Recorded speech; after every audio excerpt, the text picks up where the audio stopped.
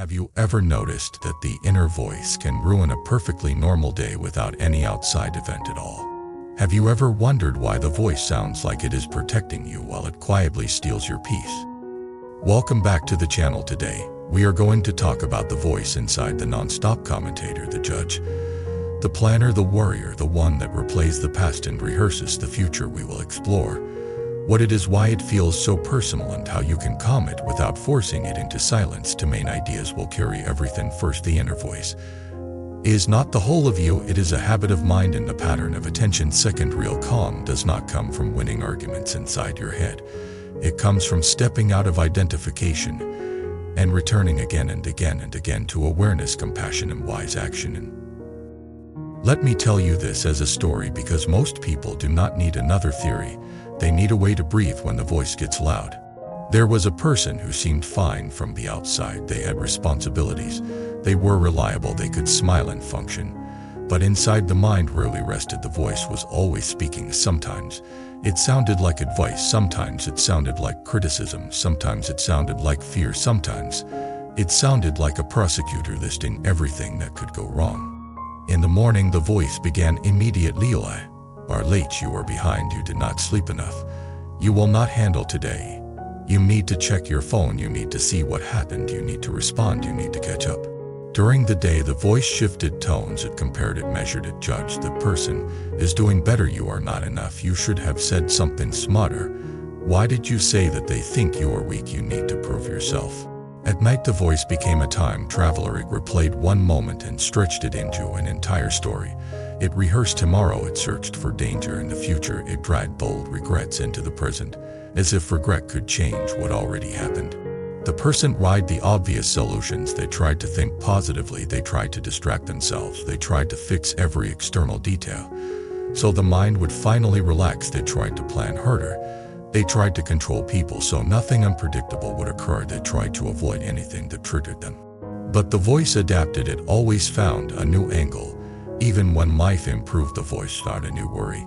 Even when something went well, the voice said, do not get comfortable. Even when the person achieved something, the voice said, it is not enough. At some point, the person realized something painful. The voice was not only responding to life, the voice was generating a version of life inside the mind and then reacting to that version as if it were reality. This is one of the most important things to understand. If the voice controls your attention, controls your emotional state, and if it controls your emotional state, it controls your behavior. And if it controls your behavior, it shapes your destiny through cause and effect. Because every repeated reaction is a seed. Every seed becomes momentum, becomes habit. Habit becomes character, becomes the direction your life takes. So the person asked a question that changed the entire path. What if the voice is not me? At first, the question felt strange because the person had lived as if the voice was their identity. The voice said I, and they believed it. The voice said my, and they believed it. The voice said I am, and they believed it. But then the person began to watch more carefully. They noticed the voice was not always consistent. One day, it said you are great. Another day, it said you are terrible. One moment, it said do this. Another moment, it said do the opposite. The voice changed with mood, hunger, sleep, stress, and memory. If it changes so easily, how can it be the real self? This observation did not silence the voice, but it created space, and space is where freedom begins. Now let us slow the story down and look at what the voice is made of. The voice inside is built from thought. Thoughts are mental events. They appear, they disappear, they link together like a chain. When you believe the chain, you feel trapped. When you see the chain as a chain, it loosens. The voice also borrows energy from the body. If the nervous system is tense, the voice finds tense thoughts. If the body is afraid, the voice finds fearful reasons. If the body is restless, the voice finds urgent tasks. The mind then treats those thoughts as truth because they match the body state. So calming the voice requires working with attention and state, not only with words. The person in our story began with a simple experiment. They did not try to stop thinking, they tried to notice the moment thinking began to pull them away. They chose small daily moments, a moment while washing hands, a moment while walking, a moment while waiting, a moment before replying to a message, a moment before sleep. In these moments, they practiced one inner move. They listened to the voice without following it. At first, this sounded impossible because listening felt like following. But they learned a distinction. Following means you jump into the story and continue it. Listening means you notice the sound of thought without continuing the story. When the voice said you are behind, the person practiced hearing it like hearing a radio in another room. They did not argue, they did not agree, they just noticed. When the voice said they will judge you, the person noticed the thought and then returned attention to the body. This return to the body was crucial because the body lives in the present, the voice lives in imagined time. So the person started to anchor attention in sensation. Feet on the floor, hands touching a cup, breath moving in on doubt, the gentle weight of the body. In a chair, the sounds in the room, the space around those sounds. The voice kept talking, but the voice became less hypnotic because attention was not fully feeding it. This is the first level of calming the voice. You stop giving it your whole life force. Now another important shift happened. The person realized the voice often speaks in extremes. Always, never, everyone, no one, total failure, total success. Extreme thinking creates extreme emotion. Extreme emotion creates extreme behavior. So when the person noticed extreme language, they treated it as a sign that the voice was not describing reality, it was describing conditioning. The person began to replace one habit not with a forced positive thought but with a grounded question. Is this thought useful right now? Not is it true, not is it fair, useful. Because a thought can be partly true and still be harmful and useless in the middle of the night. It is rarely useful to rehearse every possible disaster in the middle of a conversation. It is rarely useful to replay old wounds while the other person is speaking in the middle of a workday.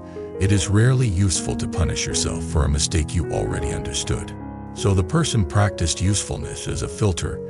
If a thought helped them take a wise step, they took the step and then returned to presence. If a thought did not help, they let it pass. This began to clean the mental environment. Now the voice inside has another source of power: identity. The voice loves to claim that you are a certain kind of person. It says you are anxious. You are not lovable. You are always late. You always ruin things. You cannot change. You are weak. You are broken. When you believe these labels, the voice becomes a cage.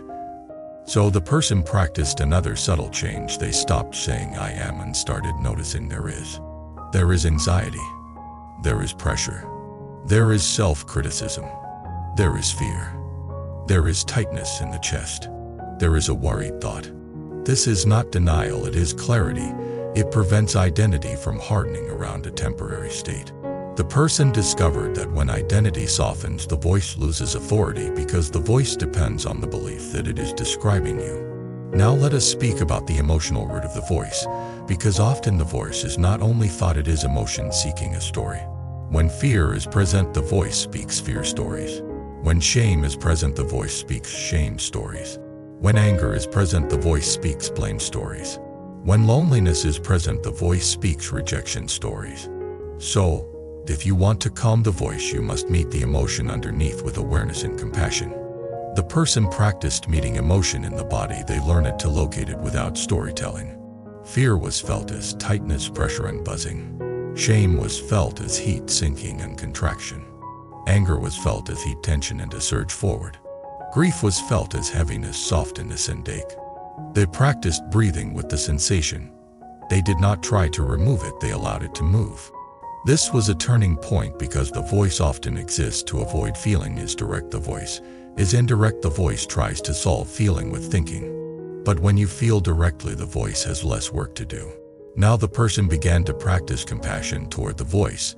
This sounds strange, but it matters because if you hate the voice, you create inner conflict. Inner conflict keeps the nervous system tense. A tense nervous system makes the voice louder. So compassion was not about liking the voice. Compassion was about not making the voice an enemy. The person began to recognize the voice as a protector that learned a crude method. The method was constant commentary, constant scanning, constant judgment, constant prediction. The protector believed that if it never stopped talking, it could prevent pain. But the protector was exhausting the whole system. So the person practiced an inner attitude like this: I see you. You are trying to protect me. You can rest for one breath. Again, not as magic words, but as a gentle tone. This tone softened the body. The softened body reduced urgency. The reduced urgency reduced the voice volume. Now the person also practiced something that changed the relationship to time. The voice inside is mostly about past and future. It rarely speaks about the present without turning it into a problem. So the person gained the ability to be here. Here means breath. Here means body. Here means sound. Here means simple seeing. Here means the moment without commentary. At first the person could be here for 2 seconds, then the voice pulled them away, then they returned again and again. This returning is not failure, it is training.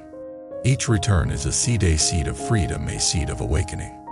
Over time the person began to notice that the voice became quieter, not because it was forced, but because it was not being fed. Now let us go deeper into the biggest fear behind the voice, the fear of being nothing without the story. Many people do not realize this, but the voice often keeps speaking because silence feels like disappearance. The ego believes it exists because it narrates itself. So when the narration pauses, the ego panics. It says you are losing control, you are becoming empty, you are unsafe. But the person in our story discovered something unexpected in silence. They did not disappear. They were still here. They warm or alive. They could feel breath and sound in space.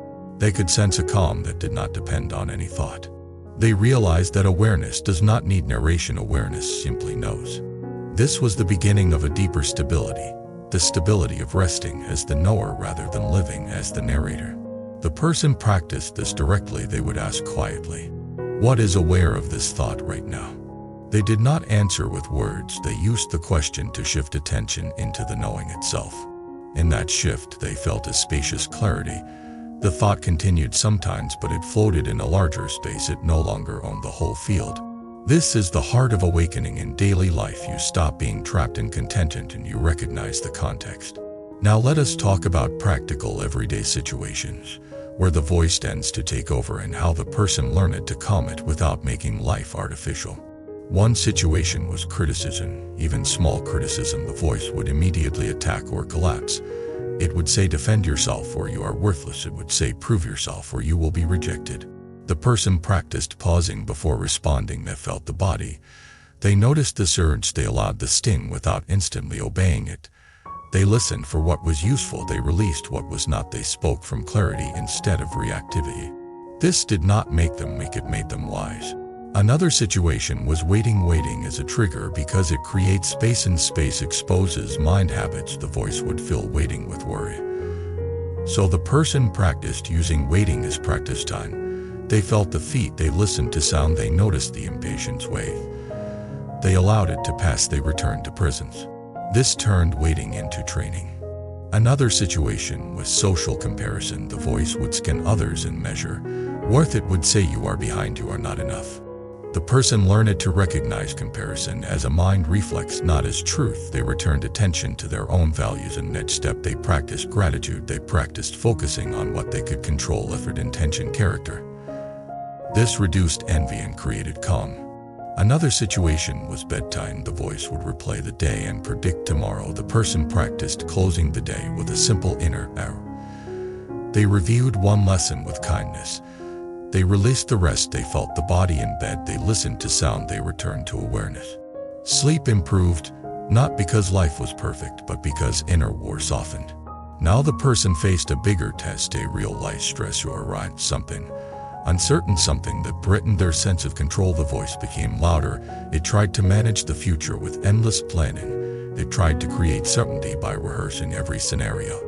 The person felt the pull and the fear, but they had been training. So they did something different. They separated planning from worry. Planning is practical. It creates a next step, then stops. Worry is circular. It creates more tension and no step. So the person took the next step they could take. They made the call. They wrote the message. They prepared what was reasonable. Then they stopped feeding the loop. They returned to the body. They returned to breath. They returned to awareness. They returned to compassion. The outcome was still uncertain, but the inner life was steadier. This is a major milestone because it shows you the truth. Peace is not found by guaranteeing the future. Peace is found by meeting the present with awareness. And that awareness becomes the real security. Now I want to reflect on what this means for karma, destiny, and the kind of life you are building. Every time you believe the voice completely, you strengthen it. Every time you notice the voice and return to presence, you weaken it. Every time you react from the voice, you plant seeds of conflict, regret, and exhaustion. Every time you respond from awareness, you plant seeds of clarity, compassion, and stable outcomes. This is cause and effect in living form. And this is why calming the voice is not only about feeling better. It is about becoming wiser. It is about becoming less harmful. It is about living with more integrity and less inner violence. Now let me share a grounded reflection that often creates real resonance. Many people think the voice inside is their personality, but if it were your true personality, it would not need to be so repetitive. It would not need to attack you. It would not need to keep you afraid. It would not need to keep you small. The voice is often just conditioning. It is old protection. It is inherited pressure. It is past pain trying to prevent future pain. When you see that you can be compassionate without being controlled, you can say thank you mind and still choose differently. That choice is freedom. I have seen people change through this exact training. Someone who lived under harsh self-criticism learned to notice the voice and return to the body. Their confidence became real, not inflated but stable. Someone who was trapped in anxiety learned to feel sensation without feeding story. Their nervous system began to settle. Someone who ruined relationships with reactive speech learned to pause for one breath and speak more slowly. Their home became safer. These changes are not dramatic and loud. They are quiet and steady is what lasts. Now, as we close, I want to offer you a simple inner experiment you can use today. When you notice the voice inside getting loud, do not fight it, do not argue, do not obey. Pause for one breath. Feel the body. Notice the thought as a thought. Ask what is aware of this. Rest as that awareness for one breath. Then take the next wise step if needed. That is enough to begin. Because one breath of awareness is a crack in the trance. And a crack repeated becomes a door. And a door walked through becomes a new life. Thank you for being here with me today. Now, I want to hear from you. What does your inner voice say most often when you are stressed, and what situation triggers it the most? Share your story in the comments. And if you want more long-form teachings like this, support the channel by subscribing, liking, and commenting. Your support helps this kind of wisdom reach people who are tired of living under mental noise and ready to train a steadier heart. Until next time, keep returning, and remember, the voice can be loud, but the awareness that hears it is already free.